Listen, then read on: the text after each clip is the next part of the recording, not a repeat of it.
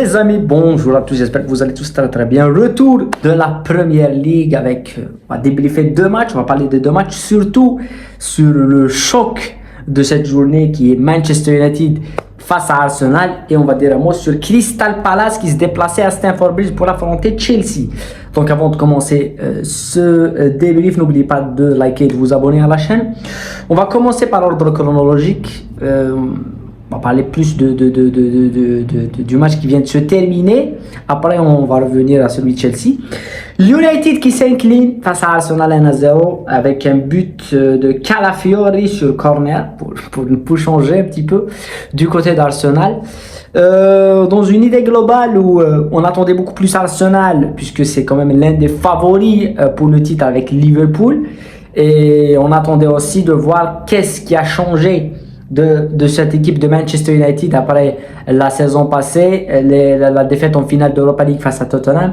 Il y a eu beaucoup de questions et je pense qu'on n'aurait pas de réponse sur un seul match. Moi, je pense qu'il faut attendre la 5e, 6e, 7e journée, peut-être même le début de la Ligue des Champions pour voir est-ce que Arsenal a vraiment les moyens de gagner ces 6 et 7 premiers matchs, et à savoir qu'ils auront un choc dès la prochaine journée. Et à la 3e journée, il y aura vraiment, je pense, je ne sais pas si c'est la réception ou le déplacement à Anfield ou la réception de Liverpool à l'Emirates. Mais pour United aussi, on n'aura pas de réponses aujourd'hui. Même si on a quelques réponses, beaucoup plus du côté d'Arsenal et du côté du United, on a quelques réponses. Donc, on va parler un petit peu du match et du déroulement du match. Un match qui a été bien entamé par Arsenal. C'était pas le cas du United. On sent un petit peu la crispation chez certains joueurs parce qu'il y a des nouvelles recrues du côté de cette équipe du United, et certainement les deux recrues phares avec après la rentrée du Šeško en deuxième mi-temps. Mais les recrues phares, c'est Matheus Cunha et Bryan Mbeumo. On a senti que ça a eu du mal à entamer, ça a eu du mal à fonctionner. Mais pour Arsenal, c'était l'inverse. Il y a beaucoup plus de certitude, même si il y a aussi une grosse recrue il y a deux grosses recrues aussi du côté d'Arsenal. C'est Zubimendi au milieu de terrain et Gyökeres en attaque. Là aussi, on a senti un peu un Gyökeres en difficulté, mais un Zubimendi un peu plus à l'aise, puisque je pense qu'au côté du milieu, il aura beaucoup plus d'automatisme avec des joueurs comme Declan Rice et Odegaard qu'un Gyökeres qui va... Moi, je pense que c'est un joueur qui, je ne vais pas dire surcoté, mais c'est vrai que ça veut pas dire que tu marques 50 buts en Portugal, tu vas les mettre en Première Ligue, ça va lui prendre du temps, mais je suis sûr qu'il va mettre à début. Ça, c'est sûr. Pour Gyökeres, c'est sûr qu'il va mettre à début parce qu'Arsenal va lui donner, va le mettre, il sera dans les meilleures conditions. Je me rappelle du premier match de Haaland avec City, tout le monde a rigolé. C'était un community shield face à Liverpool où l'homme du match, c'était Darwin Nunez. On se disait tous, mais Nunez c'est magique, Nunez c'est formidable. Haaland il rate face à face au but vide. Et au final, on sait que Haaland, c'est lui qui gagne le meilleur buteur, et Nunez, il est en Arabie Saoudite. Voilà, c'est ça. Ce football va vite. Mais après, je pense que United est bien entré dans le match. Et là où je suis un petit peu déçu, c'est que Arsenal n'a pas été constante dans le jeu tout au long du match. C'est United qui finit bien la première mi-temps, Cunha qui se réveille, Mbeumo qui se réveille. Et en deuxième mi-temps, il y a eu qu'une équipe, pour moi, c'est United qui a raté certaines situations. United, ils sont tombés face à une défense très très bonne de la part d'Arsenal. Je pense que les conclusions qu'on peut avoir sur ce match-là et les petites premières leçons qu'on peut en tirer, c'est que d'un côté, je pense que je suis optimiste pour United. Je pense que Mbeumo et Cunha vont apporter beaucoup de choses à cette équipe. Mbeumo qui est un guerrier qui va essayer de marquer. Ce soir, ils sont tombés face à Juventus, face à une défense énormissime. Cunha, sa verticalité, quand il prend le ballon, il va toujours vers l'avant. T'as un milieu qui est bien, t'as une défense qui va mieux, avec des latéraux qui vont, avec Roy qui est très bon, et surtout ce soir Mathias de Ligt très très bon. Mais au-delà de ça, la rentrée d'Amad, moi je pense que Amad ne doit pas être remplaçant, c'est un titulaire indiscutable à United. Je vois pas comment il est remplaçant, et on a senti dès sa rentrée en deuxième mi-temps que United change. Šeško aussi a amené cette capacité de fixation, de points de fixation qui n'existaient pas avant. Et je pense qu'avec un peu plus d'adaptation, il a ramené, il y aura quand même un équilibre qui va se faire. Et Konya, Mbomo, Sesko, Ahmad, ça va être une bonne chose. Ça, c'est du côté du United. Donc, je pense qu'ils sont optimistes. Du côté de Arsenal, la seule chose où je suis optimiste pour eux, c'est que défensivement, ils sont solides.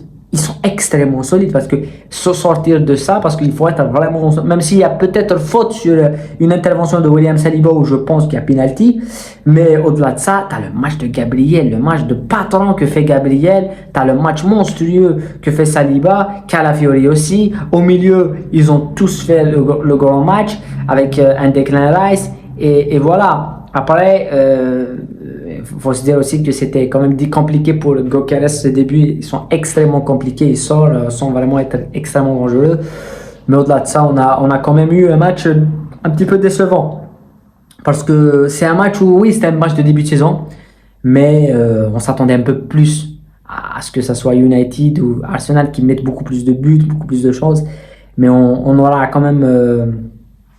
beaucoup de choses à attendre de ces deux équipes dans les prochaines journées parce que la Première Ligue, tous les matchs seront extrêmement difficiles à jouer. Voilà. Je voulais juste choisir Tawa top pour moi et Tawa flop. Pour moi, les tops, c'est je mettrais Gabriel parce que pour moi, il est magique ce soir. Il fait quelque chose de magnifique. Je mettrais Gabriel, je mettrais Calafiori parce qu'il marque un but décisif. Je peux pas le mettre et ne pas le mettre. Et je mettrais Matthias de Ligt du côté de United qui fait un match magnifique. Pour le flop, c'est difficile de dire le flop, mais je mettrais Gyökeres parce que il est quand même passé à côté de son match. Voilà, c'est tout. Je mettrais que ça parce que je pense que le gardien de United fait une erreur, mais si tu prends un but sur un corner d'Arsenal, tout le monde le fait. Tout le monde le prend ce but. Tout le monde, City le prend, Liverpool le prend. C'est pas de sa faute. Chelsea Palace 0-0 à Stamford Bridge, un début de saison qui est un petit peu... ceux qui suivent pas la Première Ligue, ils vont se dire mais Chelsea, ils sont pas bons et voilà, ils gagnent la Coupe du Monde des clubs, mais ils arrivent face à Palace. Palace, ils viennent de battre à Liverpool en Community Shield. Ils viennent de les battre. Ils ne viennent pas de les battre à 0-0, non. Ils étaient menés, ils ont mené à la 2-2, un match extrêmement solide. Ils vont au pénal, ils gagnent. Ils ont un excellent gardien. Une excellente défense, une excellente attaque, un très bon milieu de terrain, un super entraîneur. Ils ont battu City en finale de FA Cup. Palace, c'est le détonateur de la FA Cup et du Charity Shield, du Community Shield. Je suis un ancien quand même, Charity Shield. Et voilà, donc c'est quand même une équipe très très solide. Donc moi je me dis dès le départ, en plus de ça, c'est un derby. C'est un derby. Donc, ça a été toujours un match compliqué à Chelsea, pour Chelsea Crystal Palace. Toujours ça a été compliqué. Je me rappelle de l'année de Mourinho, sa première année Mourinho, il revient, pas en 2007, mais quand il revient, je pense que c'était en 2015, en 2014. C'était en 2014, Chelsea avait une équipe magnifique, il battait United, il battait Liverpool, Arsenal, tout le monde. Et bien, ils avaient deux matchs décisifs où ils pouvaient gagner le titre. C'était Sunderland et c'était Crystal Palace. Les deux à Stamford Bridge. Et les deux, ils les perdent. Les deux, ils les perdent quand même. T'as compté l'année où ils gagnent le titre, en 2017, ils perdent face à Crystal Palace à Stamford Bridge. Donc Palace, c'est quand même une équipe très très chiante à jouer et surtout avec son nouvel entraîneur. Mais là où je suis un petit peu dégoûté pour Chelsea, c'est qu'ils ont eu les occasions. Mais tu sens qu'il y a des joueurs qui sont un petit peu crispés, comme Estevao, comme Costa. Je pense qu'ils sont crispés. Et toujours, moi je l'ai dit à plusieurs reprises en parlant de Maresca. Maresca, pour moi, c'est pas un entraîneur de championnat, c'est plus un entraîneur de coupe, de coups.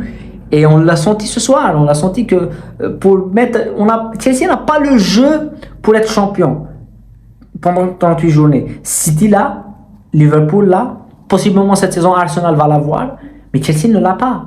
Ils n'ont pas la clé pour débloquer un match. Mais je dis souvent et je le répète, ce soir si tu me dis 0-0, je te dis c'est un score logique parce que Crystal Palace, pour moi c'est une équipe, s'ils continuent à jouer comme ça, s'ils n'ont pas des graves blessures avec Eze, Mateta, s'ils gardent le meilleur joueur et qu'ils continuent surtout avec Le Caron en défense et avec Anderson comme gardien de but, il est fou ce mec.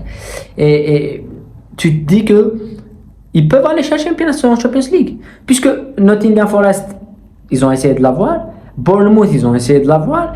Et Newcastle, je pense que les 5 places pour aller en Champions League en Premier League, Palace peut y être.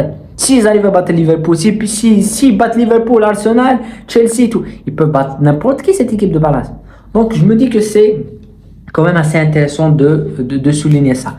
Voilà, c'est tout ce que je peux dire sur cette rencontre. Parce que c'est aussi une déception. En Premier League, on attend beaucoup de buts, mais je me dis que cette année, la Premier League est beaucoup plus difficile que les années passées parce que dès la prochaine journée, quel que soit l'adversaire que tu vois Arsenal se déplacer à Bournemouth, c'est un match difficile. Tu vois Arsenal, Palace, Arsenal, Newcastle, Chelsea, Everton, Liverpool, Newcastle, Liverpool, Nottingham. Que des matchs compliqués. Chaque journée, il y a 4, 5, tous les matchs sont difficiles. Donc, mais ça va permettre peut-être qu'on ait beaucoup plus de combativité. Mais je me dis que ça nous apprend rien ces premières journées. Les seules équipes qui sont peuvent bien sortir, c'est Liverpool, même si c'était difficile face à Bournemouth, et City face à Wolverhampton. Mais voilà, je pense que City, ils ont une belle équipe, ils ont un très bon milieu de terrain. J'en ai parlé pour moi. Reinders, je vous l'avais dit. C'était pour moi, je comprenais pas comment le Real qui a des problèmes au milieu va pas chercher Reinders. C'est pas logique. Mais ils n'ont pas joué quelque chose de difficile. On les avait en Coupe du Monde des clubs. Ils marchaient sur tout le monde, sur la Juve et tout. La seule équipe qui joue en transition qui est compliquée, c'est El Hilal. Ils se sont fait manger. Donc, il faut attendre. Il faut attendre les matchs, les premiers chocs pour bien sûr que la vision générale s'éclaircit et qu'on saura réellement qui va jouer le titre, qui ne va pas le jouer. Voilà. En tout cas, prenez soin de vous, la paix sur vous et à très bientôt. On se retrouve dans d'autres débriefs, possiblement un Espagnol Atlético Madrid en Liga.